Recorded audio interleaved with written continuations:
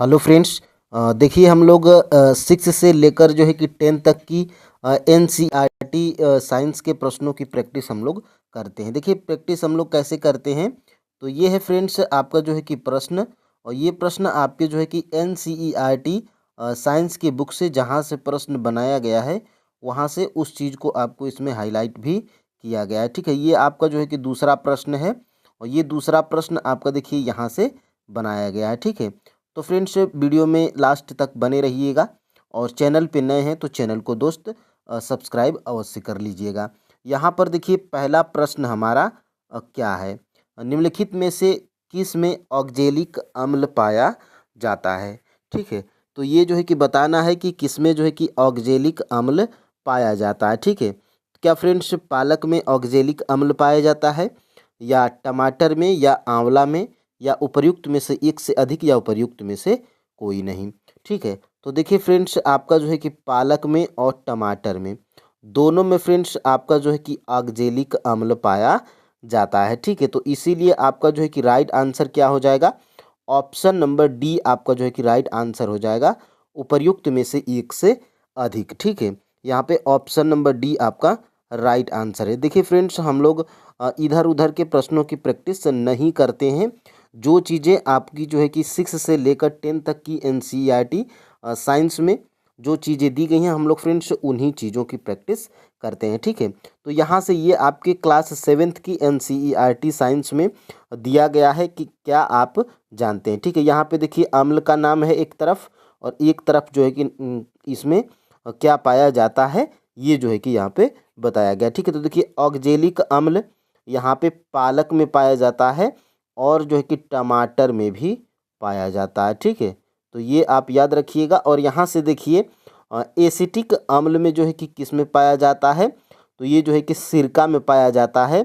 Formic अम्ल तो चींटी के डंक में जो है कि फार्मिक अम्ल पाया जाता है। ठीक है, और साइट्रिक अम्ल जो है कि किस में पाया जाता है, तो नींबू के जो है कि या फल में, संतरा में, नींबू में इसमें पाया जाता है। और एस्कार्बिक अम्ल किस में पाया जाता है, तो ये आंवला हो गया, और जो है कि सिट्रस फल हो गए। ठीक है, और टार्टरिक अम्ल जो है कि किस में पाया जाता है, तो इमली में पाया जाता है, और ये आपका जो है कि टीआरई 1 में प्रश्न पूछा गया था।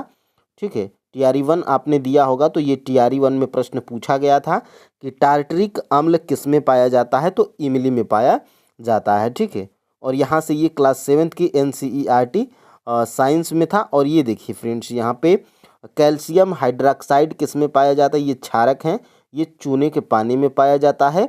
और अमोनियम हाइड्रोक्साइड तो खिड़की के कांच आदि साफ करने के लिए उपयुक्त मार्जक है। ठीक है, और यहाँ से फ्रेंड्स आगे हम लोग बढ़ते हैं। देखिए ये क्लास 10th की एनसीईआरटी साइंस में क्या दिया गया है, सिरका में क्या पाया जाता है, एसिटिक अम्ल पाया जाता है। और ये जो है कि आपका टीआरई 3.0 पीआरटी में प्रश्न पूछा था। और देखिए मैं यहाँ पे टीआरई 1 लिखा हूँ, तो ये इमली टार्टरिक अम्ल, यानी कि इमली में कौन सा अम्ल पाया जाता है, तो टार्टरिक अम्ल पाया जाता है। और ये देखिए क्लास 10th की एनसीईआरटी साइंस में दिया गया है, टमाटर में जो है कि ऑक्जेलिक अम्ल पाया जाता है। ठीक है, तो ये आप जो है कि स्क्रीनशॉट ले सकते हैं। और यहाँ से हम लोग आगे बढ़ते हैं अपने दूसरे प्रश्न की तरफ। निम्नलिखित में से कौन सा नीले लिटमस पत्र को लाल कर देता है। देखिए फ्रेंड्स एग्ज़ाम जो है कि कोई भी हो, आपको जो है कि देखिए 10 बुक्स पढ़ने से बढ़िया है फ्रेंड्स कि आप जो है कि एक ही चीज़ को बार बार पढ़िए। ठीक है, तो आप जो है कि टारगेट क्या किए हुए हैं, 6 से लेकर 10 तक की एनसीईआरटी साइंस को आप लोगों को पढ़ना है। तो देखिए फ्रेंड आपको जो है कि ये प्रैक्टिस सेट 15 प्रश्नों वाली ये आपको जो है कि लगातार मिलती रहेगी। मैं इसको अलग से प्लेलिस्ट बना दूंगा। ठीक है, तो कल हम लोग पहला प्रैक्टिस सेट किए थे, और आज हम लोग जो है कि दूसरा प्रैक्टिस सेट कर रहे हैं। ठीक है, और फ्रेंड्स देखिए जैसे जियोग्राफी आपकी कंप्लीट हो जाएगी, वैसे हम लोग जो है कि क्लास 6 से लेकर जो है कि 10 तक की एनसीईआरटी साइंस के चैप्टर वाइज एमसीक्यूज और थ्योरी को हम लोग जो है कि करेंगे। ठीक है, और यहाँ से देखिएगा निम्नलिखित में से कौन सा नीले लिटमस पत्र को लाल कर देता है। तो फ्रेंड्स ये जो है कि अम्ल अम्ल के ये गुण हैं। अम्ल क्या करता है, तो नीले लिटमस पत्र को लाल कर देता है। ठीक है, तो यहाँ से ऑप्शन नंबर यहाँ से बी बिल्कुल राइट आंसर हो जाएगा। ठीक है, और यहाँ से इसको अगर देखने का प्रयास करिएगा तो यहाँ से ये देख सकते हैं आप। देखिए यहाँ से अम्ल नीले लिटमस पत्र को लाल कर देते हैं और क्षारक क्या करते हैं, तो क्षारक जो है कि लाल लिटमस पत्र को नीला कर देते हैं। दोनों एक दूसरे का अपोजिट है और ये महत्वपूर्ण है फ्रेंड्स, आप जो है कि इसको याद रख सकते हैं। ठीक है, तो याद रखिएगा। और यहाँ से देखिए आगे हम लोग बढ़ते हैं। ठीक है, यहाँ से देखिएगा, यहाँ से आगे हम लोग बढ़ते हैं।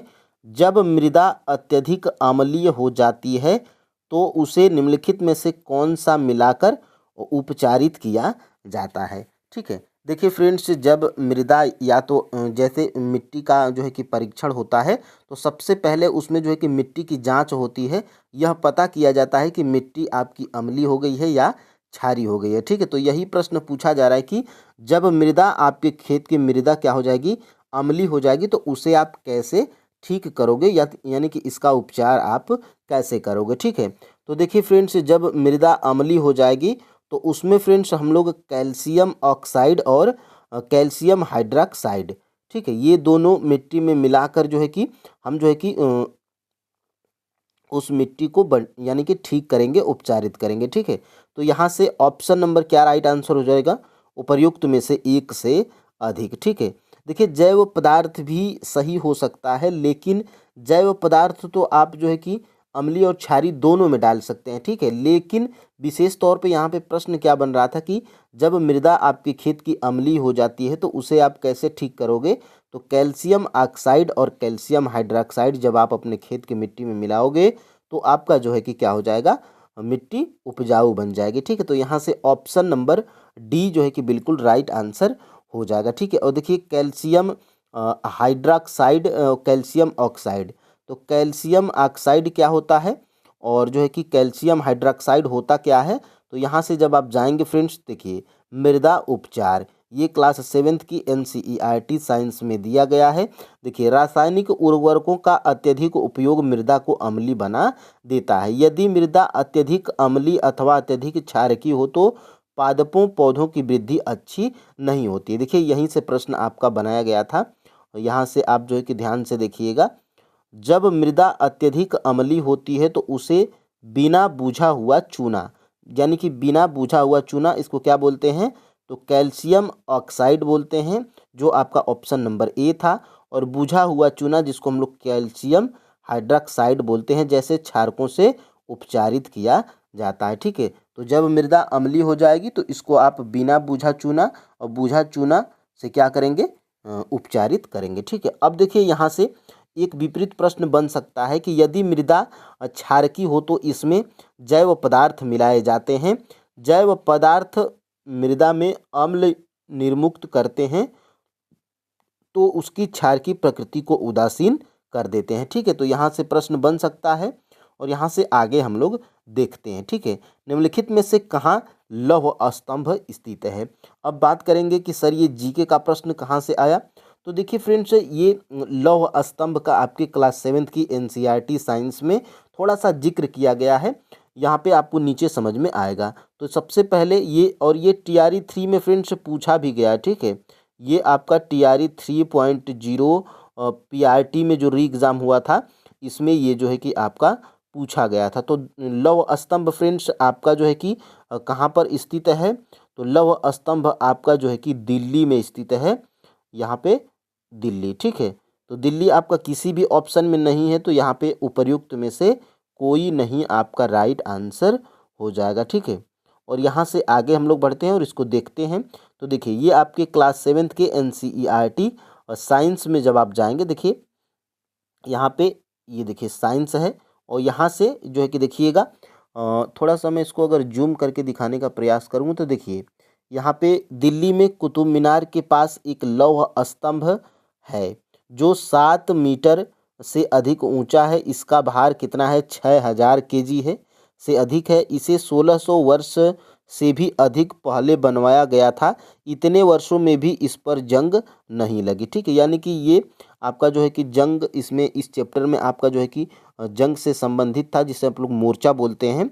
ठीक है, तो इसी के लिए ये लौह स्तंभ का इसमें जिक्र किया गया है, क्योंकि ये लोहे का बना है, ठीक है, और 6000 केजी का बना है, और इसे 1600 वर्ष हो गए, लेकिन इस पे आज भी एक भी जंग नहीं लगी है, ठीक है, तो इसीलिए इसका जिक्र किया गया था।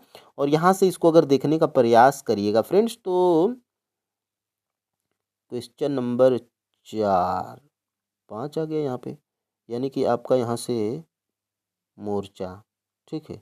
अब देखिए यहाँ से दिल्ली स्थित लौह, तो अब यहाँ से देखिएगा, निम्नलिखित में से कौन सा अम्लीय वर्षा के लिए प्रदूषक है, ठीक है, तो निम्नलिखित में से कौन सा अम्लीय वर्षा के लिए प्रदूषक है, तो ये भी प्रश्न आपका टीआरई 3 में री एग्जाम पीआरटी में प्रश्न पूछा गया था, ठीक है। तो अम्लीय वर्षा के लिए प्रदूषक फ्रेंड्स आपका कार्बन डाइऑक्साइड भी है, सल्फर डाइऑक्साइड भी, और नाइट्रोजन डाइऑक्साइड भी है, ठीक है। तो इसमें आपका राइट आंसर क्या हो जाएगा, उपर्युक्त में से एक से अधिक आपका राइट आंसर हो जाएगा ऑप्शन नंबर डी, ठीक है। और यहाँ से इसको अगर देखने का प्रयास करिएगा, तो देखिए यहाँ से अम्ल वर्षा के बारे में आपके जो है कि क्लास 7th की एनसीईआरटी साइंस में दिया गया है, ठीक है। देखिए, क्या अम्ल वर्षा शब्द से आप परिचित हैं, तो अम्ल वर्षा आप जानते हैं होती क्या है, देखिए देखिए यहाँ पे कार्बन डाइऑक्साइड, सल्फर डाइऑक्साइड और नाइट्रोजन डाइऑक्साइड जैसी गैसें जो वायु में प्रदूषकों के रूप में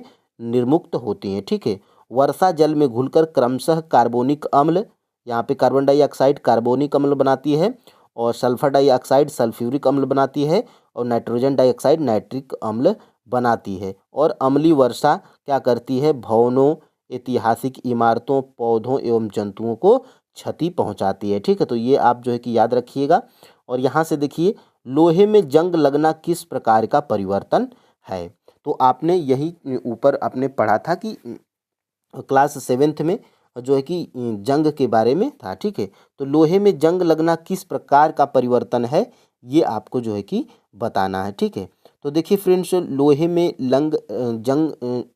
में जंग लगना जो है कि ये आपका एक रासायनिक परिवर्तन है। ऑप्शन नंबर जो है कि बी बिल्कुल राइट आंसर हो जाएगा। अब यहाँ पे आपको भौतिक परिवर्तन क्या है, रासायनिक परिवर्तन क्या है, हम लोग यहाँ पे नीचे देखते हैं, ठीक है। तो यहाँ से देखिएगा, पदार्थ के आकार, आमाप यानी कि साइज, रंग, अवस्था जैसे गुण उसके भौतिक गुण कहलाते हैं, ठीक है। और यहाँ से देखिएगा, वह परिवर्तन जिसमें किसी पदार्थ के भौतिक गुणों में परिवर्तन हो सकता है, भौतिक परिवर्तन कहलाता है, ठीक है। और ऐसे परिवर्तन में कोई नया पदार्थ नहीं बनता है, ठीक है। तो भौतिक परिवर्तन में कोई नया पदार्थ नहीं बनता है। और देखिए यहाँ से नीचे क्या है, वह परिवर्तन जिसमें एक अथवा एक से अधिक नए पदार्थ बनते हैं, ये रासायनिक परिवर्तन कहलाते हैं, ठीक है। और रासायनिक परिवर्तन को हम लोग रासायनिक अभिक्रिया भी कहते हैं, ठीक है। यानी कि अब आपको देखिए नीचे सबसे पहले लोहे में जंग लगना, ये आपको पता चल गया कि ये क्या है, ये रासायनिक जो है कि परिवर्तन के उदाहरण हैं, ठीक है। अब यहाँ पे फ्रेंड्स देखिएगा, यहाँ पे देखिए, ये देखिए होता क्या है, देखिए ये आपका जो है कि Fe यानी कि लोहा है, और जब लोहा ऑक्सीजन और जल के संपर्क में जब आता है, तब यहाँ पे नया पदार्थ क्या बनता है, जंग बनता है, जिसे हम लोग आयरन ऑक्साइड बोलते हैं, Fe2O3, ठीक है। जंग लगने के लिए ऑक्सीजन और जल अथवा जलवाष्प दोनों की उपस्थिति अनिवार्य है, ठीक है। तो इसीलिए फ्रेंड्स आप जो है कि देखे होंगे, जो वस्तुएं जैसे लोहे की वस्तुओं को मोर्चा से बचाने के लिए आप क्या करते हैं, पेंट लगा देते हैं, ठीक है। जैसे साइकिल की जो रिंग हो गई, उसमें आप क्या करते हैं, ग्रीस लगाते हैं, ठीक है। और जो जो नट बोल्ट होते हैं, जब आप उसको कसते हैं, तो उसमें आप थोड़ा सा ग्रीस लगा देते हैं, ताकि इसमें मोर्चा ना लगे, और बाद में ज़रूरत पड़ने पे वो क्या हो जाए, आसानी से खुल जाए, ठीक है। अब देखिए आगे हम लोग बढ़ते हैं। देखिए, कीटों को पकड़कर अपना आहार बनाने वाले पादप का नाम निम्नलिखित में से कौन सा है, यानी कि वो कौन सा पौधा है जो कीटों को पकड़कर अपना आहार बनाता है, ठीक है। तो देखिए ये फ्रेंड्स आपका जो है कि घटपड़ी का पौधा होता है, ये क्या करता है, तो कीटों को पकड़कर अपना आहार बनाने वाले ये पादप का नाम है घटपड़ी, ठीक है। तो ऑप्शन नंबर यहाँ से ये बिल्कुल राइट आंसर हो जाएगा। और देखिए, आप सोच रहे होंगे कि ये पौधा है जो पकड़ता है, तो ये कीटों को कैसे पकड़ता है, यहाँ पे आपको जो है कि दिखाई देगा, ठीक है। देखिए यहाँ से ये पकड़ता नहीं है, ठीक है, ये इसके ऐसे आकार होते हैं और इसमें जो है कि कीट जब आते हैं तो ये ऑटोमेटिक बंद हो जाता है और इसमें ये क्या होते हैं तो फंस जाते हैं कीट पौधे। ठीक है, अब यहाँ पे फ्रेंड्स आगे हम लोग बढ़ते हैं। देखिए कीट घड़े में प्रवेश करता है, यानी कि यहाँ से ऊपर से आप जब देखिएगा, यहाँ से देखिएगा, देखिए पत्ते का शीर्ष भाग घोड़े के ढक्कन जो है कि बनाता है और घड़े के अंदर अनेक रोम होते हैं जो नीचे की ओर ढलके रहते हैं, अर्थात अधोमुखी होते हैं। जब कोई, यहाँ से देखिए, जब कोई कीट घड़े में प्रवेश करता है तो यह उसमें रोमों के बीच जो है कि फंस जाता है और घड़े में उपस्थित पाचक रस कीटों का पाचन हो जाता है। और देखिए कीटों का भक्षण करने वाले ऐसे पादप को हम लोग कीटभक्षी पादप बोलते हैं। और ये जो है कि आपका घटपड़ी का पौधा ऊपर आपको दिखाई दिया था। ठीक है, अब देखिए आगे हम लोग बढ़ते हैं। अमरबेल उदाहरण है किसी का, यानी कि जो है कि ये अमरबेल जो होता है, ये अमरबेल पौधा ये किसका उदाहरण है? तो ये फ्रेंड्स आपका जो है कि परजीवी का उदाहरण है। ऑप्शन नंबर यहाँ से जो है कि बी बिल्कुल राइट आंसर हो जाएगा। ठीक है, तो अमरबेल का पौधा, चलिए देखते हैं, यहाँ पे आपके एनसीईआरटी बुक्स में दिया गया है। ये आपने देखा होगा जो है कि देखिए परपोषी पादप पर अमरबेल, यानी कि ये देखिए ये पीला पीला ये जो पेड़ के ऊपर जो है कि ये आपको दिख रहा है, जो टहनियों में फंसा हुआ है पेड़ में आपके, ये पीला पीला ये आपको दिख रहा होगा फ्रेंड। तो ये क्या है? यही आपका जो है कि अमरबेल का पौधा है जो परजीवी का उदाहरण है। अब देखिए फ्रेंड्स यहाँ से पादपों में पोषण की अन्य विधियाँ देखिए, वे विषमपोषी प्रणाली का उपयोग करते हैं। देखिए क्या आपको एक वृक्ष के तने पर एक शाखाओं से लिपटी रस्सी नुमा पीले रंग की संरचना दिखाई देती है, ये अमरबेल का पादप है। ठीक है, और देखिए इसमें क्लोरोफिल नहीं होता है। आपने देखा होगा, पढ़ा होगा, या आप जानते हैं कि अन्य पौधों में क्या होता है, क्लोरोफिल पाया जाता है, लेकिन ये अमरबेल के जो है कि पौधे में क्लोरोफिल नहीं पाया जाता है। ये अपना भोजन उस पादप से प्राप्त करते हैं जिस पर ये आरोहित होते हैं, यानी कि ये पीले पीले जिस पेड़ पे वो चढ़े होते हैं वो उन्हीं से क्या करते हैं जो है कि अपना भोजन प्राप्त करते हैं। ठीक है, जिस पर ये आरोहित होते हैं वो पादप परपोषी, यानी कि वो जिस पेड़ पे वो चढ़ा है अमरबेल, वो जिस पेड़ पे चढ़ा है वो क्या होते हैं, परपोषी होते हैं। लेकिन ये क्या होता है, ये अमरबेल का पौधा क्या होता है, ये परजीवी होता है। क्योंकि देखिए, क्योंकि अमरबेल जैसे पादप परपोषी को अमूल्य पोषकों से वंचित करते हैं, अतः इसे परजीवी कहते हैं। ठीक है, तो ये अमरबेल का पौधा परजीवी होता है और इसमें जो है कि क्लोरोफिल भी उपस्थित नहीं होता है। और ये जिस पौधे पे चढ़ता है वो क्या है, तो वो हैं आपके जो है कि परपोषी कहलाते हैं और उनमें क्लोरोफिल होता है। ठीक है, अब देखिए आगे हम लोग बढ़ते हैं। देखिए लाइकेंस में शैवाल एवं कवक का रिश्ता पारिस्थितिकी में कहलाता है, यानी कि ये शैवाल एवं कवक का रिश्ता ये लाइकेंस में क्या कहलाता है, ये जो है कि आपको बताना है। तो सहजीवी, दोनों का सहजीवी संबंध है। सहजीवी का मतलब फ्रेंड्स दोनों एक दूसरे पे आश्रित होते हैं। ठीक है, यहाँ पे देखिएगा, देखिए कुछ जीव एक दूसरे के साथ रहते हैं तथा अपना आवास एवं पोषक तत्व एक दूसरे के साथ बांटते हैं, इसे हम लोग क्या बोलते हैं, सहजीवी संबंध बोलते हैं। देखिए उदाहरण के लिए कवक वृक्षों की जड़ों में रहते हैं, वृक्ष कवक को पोषण प्रदान करते हैं, बदले में उन्हें जल एवं पोषकों के अवशोषण में सहायता मिलती है। अब देखिए फ्रेंड्स, देखिए लाइकेन कहे जाने वाले कुछ जीवों में दो भागीदार होते हैं, इनमें से एक शैवाल होता है तथा दूसरा क्या होता है, कवक होता है। अब ये दोनों करते क्या हैं, तो देखिए शैवाल में क्लोरोफिल उपस्थित होता है जबकि कवक में क्लोरोफिल उपस्थित नहीं होता है। ठीक है, और देखिए कवक शैवाल को रहने का स्थान यानी कि आवास प्रदान करता है और जल एवं पोषक तत्व उपलब्ध कराता है, और बदले में शैवाल क्या करता है, प्रकाश संश्लेषण द्वारा खाद्य संश्लेषित खाद्य कवक को देता है। तो ये एक दूसरे पे आधारित हैं। ठीक है, अब देखिए हम लोग आगे बढ़ते हैं। शुद्ध एथेनॉइक अम्ल का गलनांक कितना होता है? ठीक है, तो देखिए फ्रेंड्स, शुद्ध एथेनॉइक अम्ल का जो है कि गलनांक 290 केल्विन होता है, के होता है। ठीक है, तो ऑप्शन नंबर यहाँ से सी बिल्कुल राइट आंसर हो जाएगा। और यहाँ से इसको अगर देखने का प्रयास करिएगा तो देखिए क्लास 10th की एनसीईआरटी साइंस में जब आप जाएंगे तो दिया गया है एथेनॉइक अम्ल के गुणधर्म। ठीक है, देखिए एसिटिक अम्ल के 3 से 4% विलयन को सिरका कहा जाता है, इसे अचार में परिरक्षक के रूप में इस्तेमाल किया जाता है। किसको? तो एथेनॉइक को। ठीक है, यानी कि सिरका को। और यहाँ से देखिएगा एथेनोइक अम्ल को सामान्यतः एसिटिक अम्ल कहा जाता है, ये भी आपको पता होना चाहिए। और देखिए यहाँ से, इसलिए यहाँ से देखिएगा अचार में परीक्षक के रूप में इस्तेमाल किया जाता है।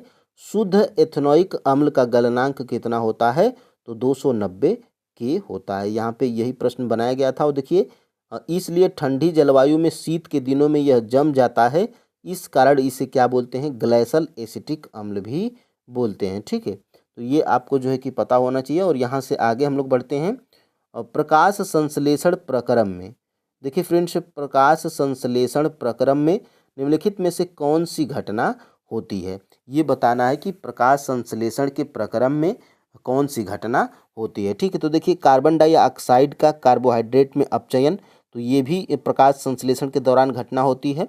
और क्लोरोफिल द्वारा प्रकाश ऊर्जा को अवशोषित करना, ये भी होता है। और प्रकाश ऊर्जा को रासायनिक ऊर्जा में रूपांतरित करना तथा जल अणुओं का हाइड्रोजन तथा ऑक्सीजन में अपघटन, तो ये तीनों प्रक्रियाएं होती हैं फ्रेंड्स प्रकाश संश्लेषण के दौरान। तो इसलिए आपका राइट आंसर क्या होना चाहिए, उपर्युक्त में से डी आपका जो है कि बिल्कुल करेक्ट आंसर आपका हो जाएगा। ठीक है, अब यहाँ से हम लोग आगे बढ़ते हैं। यहाँ से देखते हैं, देखिए ये आपके क्लास 10th की एनसीईआरटी साइंस में दिया गया है। देखिए अब हम देखते हैं कि प्रकाश संश्लेषण प्रक्रम में वास्तव में क्या होता है। इस प्रक्रम के दौरान निम्नलिखित घटनाएं होती हैं। देखिए क्लोरोफिल द्वारा प्रकाश ऊर्जा को अवशोषित करना, प्रकाश ऊर्जा को रासायनिक ऊर्जा में रूपांतरित करना तथा जल अणुओं का हाइड्रोजन तथा ऑक्सीजन में अपघटन, और यहाँ से कार्बन डाइऑक्साइड का कार्बोहाइड्रेट में अपचयन, तो ये तीनों घटनाएं होती हैं फ्रेंड्स जो आपके ऑप्शंस में मिले थे। ठीक है, अब देखिए आगे हम लोग बढ़ते हैं। ठीक है, आगे हम लोग बढ़ते हैं। यहाँ से निकट दृष्टि दोष के निवारण के लिए कौन सा लेंस उपयोग किया जाता है। देखिए इसमें जो है कि एक होता है निकट दृष्टि दोष, एक होता है दूर दृष्टि दोष, और एक होता है जरा दृष्टि दोष। तो तीन प्रकार के दोष होते हैं। तो यही पूछा जा रहा है कि निकट दृष्टि दोष के निवारण के लिए कौन सा लेंस जो है कि उपयोग किया जाता है। तो देखिए फ्रेंड्स, निकट दृष्टि दोष, देखिए इसकी परिभाषा को आपको याद करने के लिए, जब आपसे पूछा जाए निकट दृष्टि दोष, तो निकट दृष्टि दोष इसका नाम है, लेकिन उस व्यक्ति को निकट की वस्तुएं साफ तौर पे दिखाई देती हैं, लेकिन दूर की वस्तुएं नहीं दिखाई देती हैं। ठीक है, तो निकट दृष्टि दोष के निवारण के लिए जो है कि हम लोग ये इसको जो है कि अवतल लेंस का उपयोग करेंगे। ठीक है, अवतल लेंस का उपयोग करेंगे उस व्यक्ति के चश्मे में जिसको निकट दृष्टि दोष हुआ रहेगा। ठीक है, तो ऑप्शन नंबर यहाँ से जो है कि ए बिल्कुल राइट आंसर हो जाएगा। और यहाँ से इसको अगर देखने का प्रयास करिएगा, देखिए निकट दृष्टि दोष, देखिए निकट दृष्टि दोषयुक्त कोई व्यक्ति निकट रखी वस्तुओं को स्पष्ट देख सकता है। देखिए ऊपर में बताया था कि निकट दृष्टि दोष ये नाम ही है, लेकिन उस व्यक्ति को निकट की वस्तु दिखाई देती है, परंतु दूर रखी वस्तुओं को वह सुस्पष्ट नहीं देख पाता है। ठीक है, और यहाँ से देखिए होता क्या है, तो देखिए निकट दृष्टि दोष में अवतल लेंस यानी कि अपसारी लेंस के उपयोग द्वारा संशोधित किया जा सकता है। ठीक है, तो ये निकट दृष्टि दोष के लिए अवतल लेंस का उपयोग किया जाता है। और निकट दृष्टि दोष में व्यक्ति को निकट की वस्तुएं साफ तौर से दिखाई देती हैं, लेकिन दूर की वस्तुओं को वो स्पष्ट तौर पे नहीं देख पाता है। ठीक है, और यहाँ से और दूर दृष्टि दोष में उत्तल लेंस का उपयोग करेंगे। ठीक है, अब यहाँ से आहार श्रृंखला में प्रथम पोषी स्तर पर मौजूद होते हैं। देखिए फ्रेंड्स, ये आपके क्लास 10th की एनसीईआरटी साइंस से चैप्टर नंबर 13 से बनाया गया है। आहार श्रृंखला में प्रथम पोषी स्तर पर मौजूद होते हैं। ठीक है, तो आहार श्रृंखला में प्रथम पोषी स्तर पर फ्रेंड्स ये स्वपोषी मौजूद होते हैं। ऑप्शन नंबर यहाँ से जो है कि बी बिल्कुल राइट आंसर हो जाएगा। और स्वपोषी के अंतर्गत पेड़ पौधे जीव जंतु सभी आते हैं। ठीक है, अब देखिए आगे हम लोग बढ़ते हैं।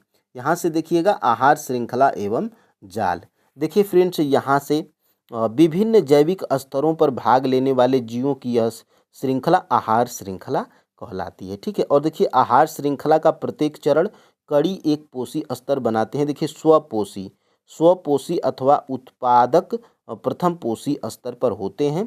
ठीक है, तो यही प्रश्न आपका जो है कि बनाया गया था ऊपर कि यहाँ से आहार श्रृंखला में प्रथम पोषी स्तर पर कौन मौजूद होते हैं, तो प्रथम पोषी स्तर पर जो है कि स्वपोषी मौजूद होते हैं। ठीक है, अब हम लोग आगे बढ़ते हैं। यहाँ से हम लोग आगे बढ़ते हैं। निम्नलिखित में से कौन सा परितंत्र का संघटक है? ठीक है, तो इसमें कौन सा परितंत्र का संघटक है ये जो है कि आपको बताना है। तो देखिए निम्नलिखित में से कौन सा परितंत्र का संघटक है, तो सूक्ष्म जीव भी है, जंतु भी है और पेड़ पौधे भी हैं। ठीक है, तो इसलिए आपका राइट आंसर क्या हो जाएगा? उपर्युक्त में से एक से अधिक आपका राइट आंसर हो जाएगा ऑप्शन नंबर डी। ठीक है, और यहाँ से ये आपके बुक्स में दिया गया है।